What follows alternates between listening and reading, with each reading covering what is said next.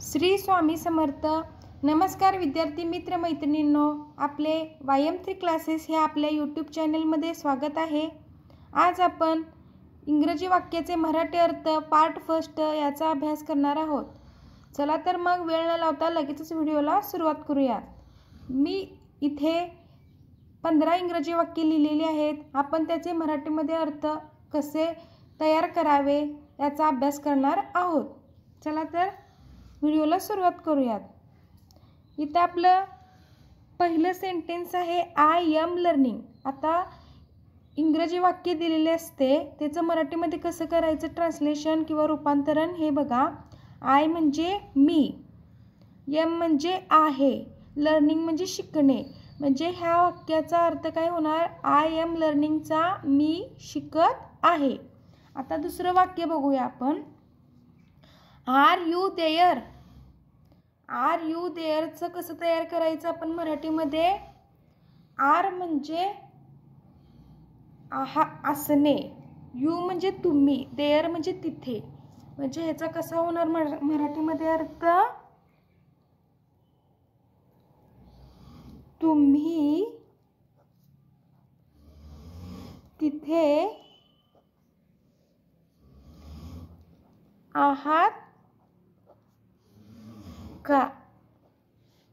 तुम्ही तिथे आहात का? आता थर्ड सेंटेन्स पाहूया आपण. You will win definitely.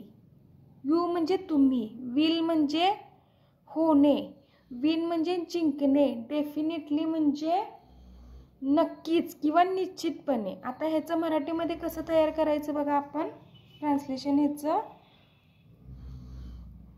तुम्ही, यू म्हणजे तुम्ही, डेफिनेटली म्हणजे नक्की, आणि विन म्हणजे जिंकणे किंवा नक्की जिंकाल. तुम्ही नक्की जिंकाल. आता पुढचं सेंटेन्स पाहूया आपण. फोर्थ नंबरचं कंप्लीट युअर होमवर्क. कंप्लीटचा अर्थ काय होतो? पूर्ण करणे. युअर म्हणजे तुझा, होमवर्क म्हणजे गृहपाठ. मग ह्याचा मराठीमध्ये अर्थ कसा होणार ह्या सेंटेन्सचा?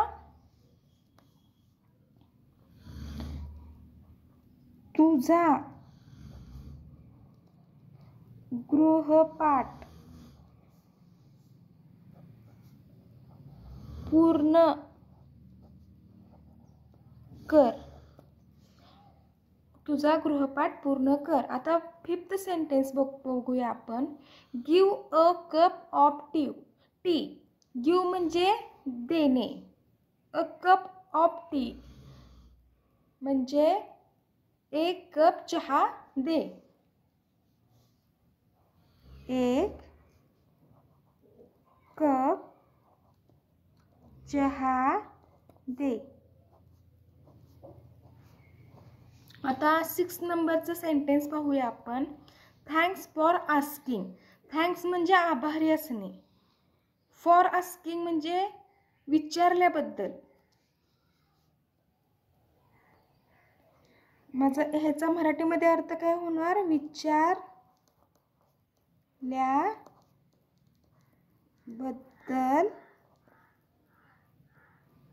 थँक्स म्हणजे धन्यवाद, विचारल्याबद्दल धन्यवाद.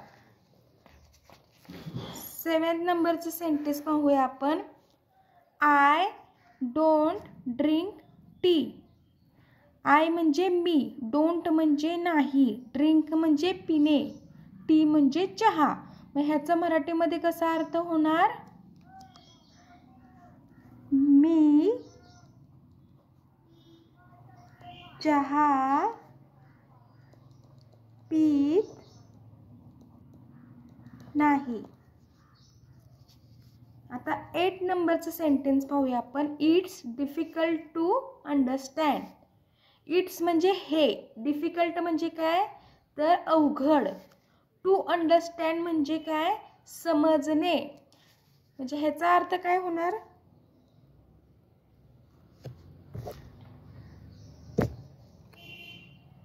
हे समजणे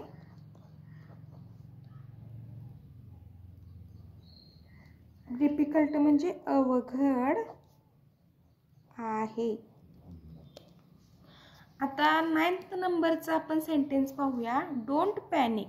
डोंट म्हणजे नको, हां, आणि पॅनिक म्हणजे घाबरणे. मग ह्याचा मराठीमध्ये अर्थ कसा तयार होणार? घाबरू नको.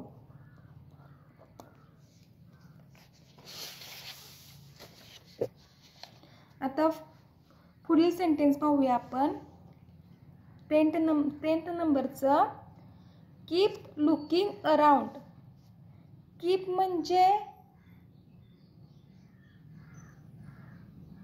म्हणजे करत राहणे. लुकिंग म्हणजे काय? पाहणे. अराउंड म्हणजे आजूबाजूला. आता ह्याचा मराठीमध्ये अर्थ कसा होणार बघा.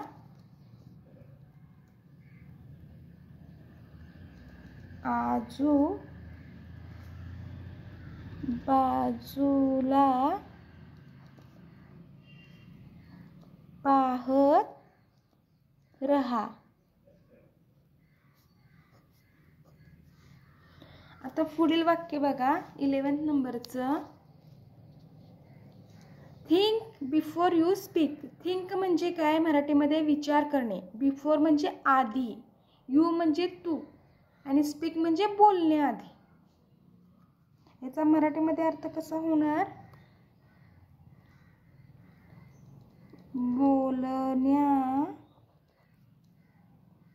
बोलण्याआधी विचार कर.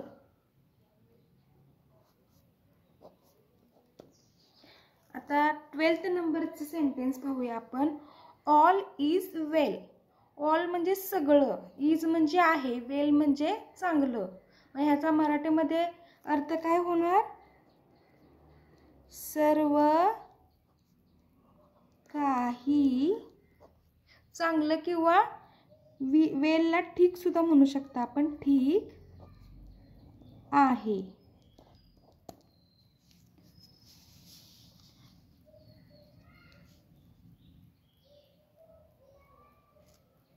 थर्टीन नंबरचं सेंटेन्स आहे डोंट गो देअर. डोंट म्हणजे नको, गो म्हणजे जाणे, देअर म्हणजे तिथे. मग ह्याचा मराठीमध्ये अर्थ कसा होणार? तिथे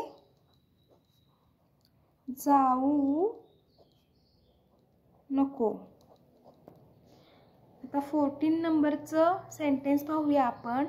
आय एम स्टुडंट. आय म्हणजे मी, एम म्हणजे असणे, स्टुडंट म्हणजे काय? विद्यार्थी. मग ह्याचं मराठीमध्ये कसं होणार? आय एम स्टुडंटचं मी विद्यार्थी आहे. आपलं लास्ट सेंटेन्स आहे I believe in God. I म्हणजे मी, बिलीव्ह म्हणजे विश्वास असणे, इन गॉड कोणावरती विश्वास आहे? देवावरती. ह्याचा मराठीमध्ये अर्थ काय होणार? माझा देवावर विश्वास आहे.